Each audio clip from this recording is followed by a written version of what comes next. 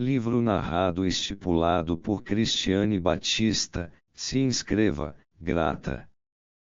Freud. As aberrações sexuais.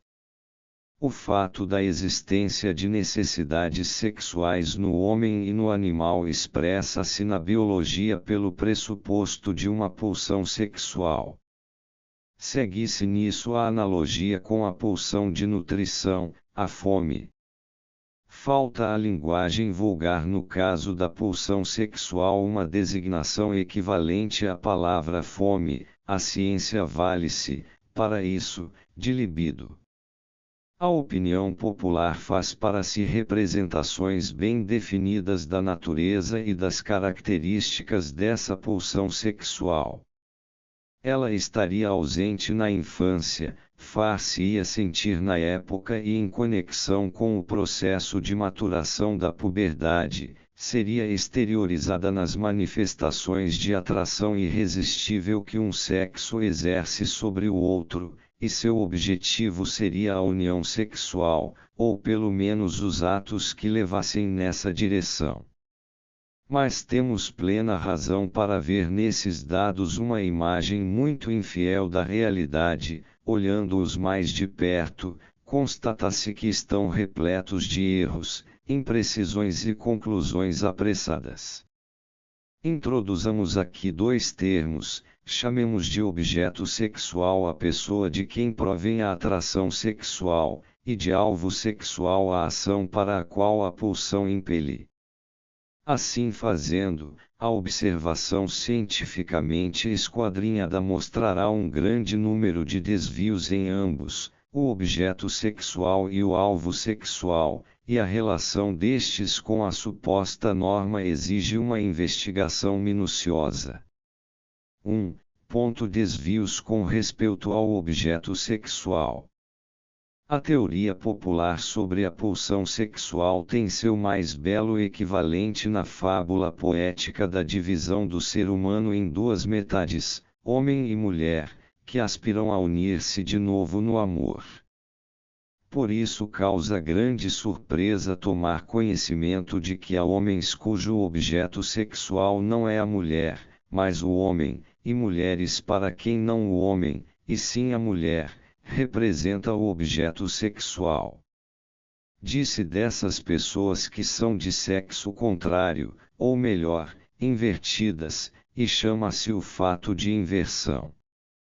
O número de tais pessoas é bastante considerável, embora haja dificuldades em apurá-lo com precisão. A inversão. Comportamento dos invertidos. As pessoas em questão comportam-se de maneira muito diversificada em vários aspectos. Podem ser invertidos absolutos, ou seja, seu objeto sexual só pode ser do mesmo sexo, enquanto o sexo oposto nunca é para eles objeto de anseio sexual, mas antes os deixa frios ou até lhes desperta aversão sexual. Quando se trata de homens, essa aversão os incapacita de praticarem o ato sexual normal, ou então não extraem dessa prática nenhum gozo. Podem ser invertidos anfígenos, hermafroditas sexuais, ou seja, seu objeto sexual tanto pode pertencer ao mesmo sexo quanto ao outro, falta a inversão, portanto, o caráter de exclusividade. Podem ser invertidos ocasionais, ou seja, em certas condições externas, dentre as quais destacam-se a inacessibilidade do objeto sexual normal e a imitação. Elas podem tomar como objeto sexual uma pessoa do mesmo sexo e encontrar satisfação no ato sexual com ela. Os invertidos mostram ainda um comportamento variado no juízo que fazem da peculiaridade de sua pulsão sexual. Alguns aceitam a inversão como algo natural, tal como os normais aceitam a orientação de sua libido, e defendem energicamente sua igualdade de direitos com os normais. Outros, porém, rebelam-se contra o fato de sua inversão e a sentem como uma compulsão patológica. Outras variações concernem as relações temporais. O traço da inversão pode vir de longa data no indivíduo, até onde sua memória consegue alcançar, ou só se ter feito notar em determinada época, antes ou depois da puberdade. Esse caráter pode conservar-se por toda a vida, ou ser temporariamente suspenso, ou ainda constituir um episódio no caminho para o desenvolvimento normal, e pode até exteriorizar-se pela primeira vez em época posterior da vida, após um longo período de atividade sexual normal. Observou-se também uma oscilação periódica entre o objeto sexual normal e o invertido. Particularmente interessantes são os casos em que a libido se altera no sentido da inversão depois de se ter uma experiência penosa com o objeto sexual normal. Em geral, essas diferentes séries de variações coexistem independentemente umas das outras. Em sua forma mais extrema, talvez se possa supor regularmente que a inversão existiu desde época muito prematura e que a pessoa se sente em consonância com sua peculiaridade. Muitos autores se recusariam a reunir num só conjunto os casos aqui enumerados e prefeririam frisar as diferenças em vez das semelhanças entre esses grupos, o que se prende à sua maneira favorita de encarar a inversão.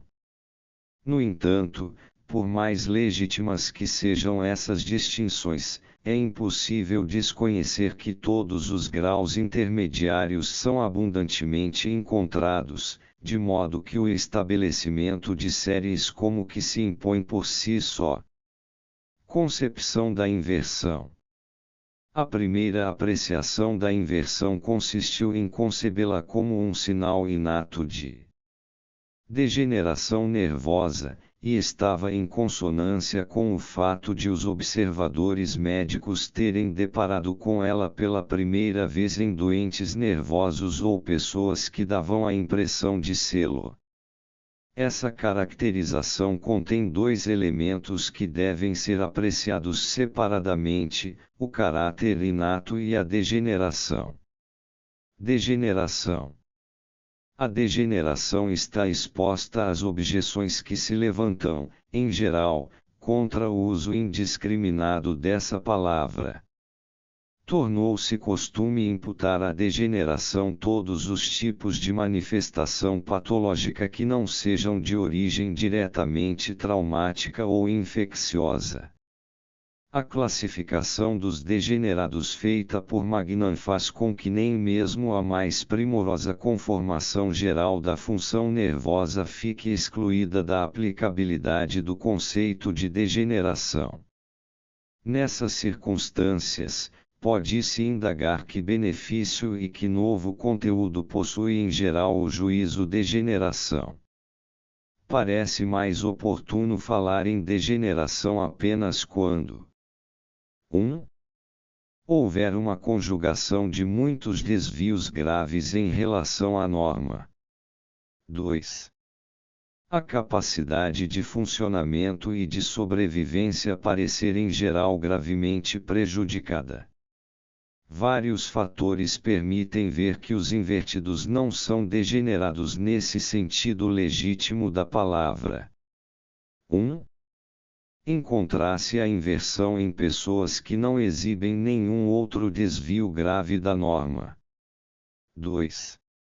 Do mesmo modo, encontramo-la em pessoas cuja eficiência não está prejudicada e que inclusive se destacam por um desenvolvimento intelectual e uma cultura ética particularmente elevados. 3. Se abstrairmos os pacientes encontrados em nossa experiência médica e procurarmos abarcar um horizonte mais amplo, depararemos em duas direções com fatos que impedem que se conceba a inversão como um sinal de degeneração. A. É preciso considerar que nos povos antigos, no auge de sua cultura, a inversão era um fenômeno frequente, quase que uma instituição dotada de importantes funções. B.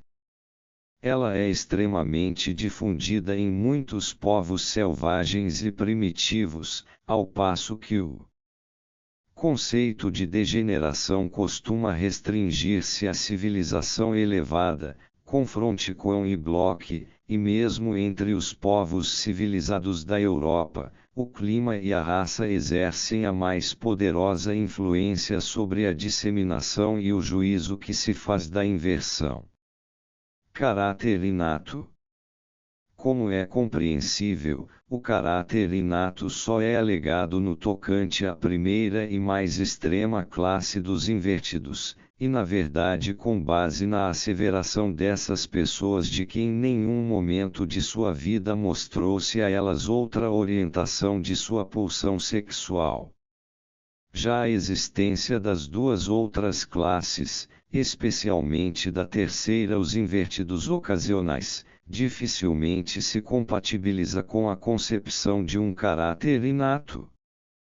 Por isso os que sustentam essa opinião tendem a separar o grupo dos invertidos absolutos de todos os demais, o que tem como consequência a renúncia a uma concepção universalmente válida da inversão. Assim, a inversão teria um caráter inato numa série de casos, enquanto noutros poderia ter se originado de outra maneira. O oposto disso é a concepção alternativa de que a inversão é um caráter adquirido da pulsão sexual. Ela se apoia nas seguintes considerações. 1. Na vida de muitos invertidos, mesmo absolutos, pode-se demonstrar a influência de uma impressão sexual prematura cuja consequência duradoura é representada pela inclinação homossexual. 2. Na vida de muitos outros é possível indicar as influências externas favorecedoras e inibidoras que levaram, em época mais prematura ou mais tardia, à fixação da inversão, relacionamentos exclusivos com o mesmo sexo, companheirismo na guerra, detenção em presídios, os riscos da relação heterossexual, celibato, fraqueza sexual, etc. 3. A inversão pode ser eliminada pela sugestão hipnótica, o que seria assombroso numa característica inata. Dentro dessa perspectiva, pode-se até contestar a própria existência de uma inversão inata. É possível objetar, confronte com Havelock Ellis 1915, que um exame mais rigoroso dos casos reivindicados em prol da inversão inata provavelmente também traria à luz uma vivência da primeira infância que foi determinante para a orientação da libido. Essa vivência simplesmente não se teria preservado na memória consciente da pessoa, mas seria possível trazê-la de volta à lembrança mediante a influência apropriada. Segundo esses autores, a inversão só poderia ser qualificada como uma variação frequente da pulsão sexual, passível de ser determinada por uma quantidade de circunstâncias externas de vida. Mas a aparente certeza assim adquirida chega ao fim através da observação contrária de que muitas pessoas ficam sujeitas às mesmas influências sexuais, inclusive na meninice, sedução, masturbação mútua, sem por isso se tornarem invertidas ou assim continuarem permanentemente. Somos portanto impelidos à suposição de que a alternativa inato/adquirido é incompleta, ou então não abarca todas as situações presentes na inversão. Explicação da inversão. Nem a hipótese de que a inversão é inata, nem tampouco a conjectura alternativa de que é adquirida explicam sua natureza.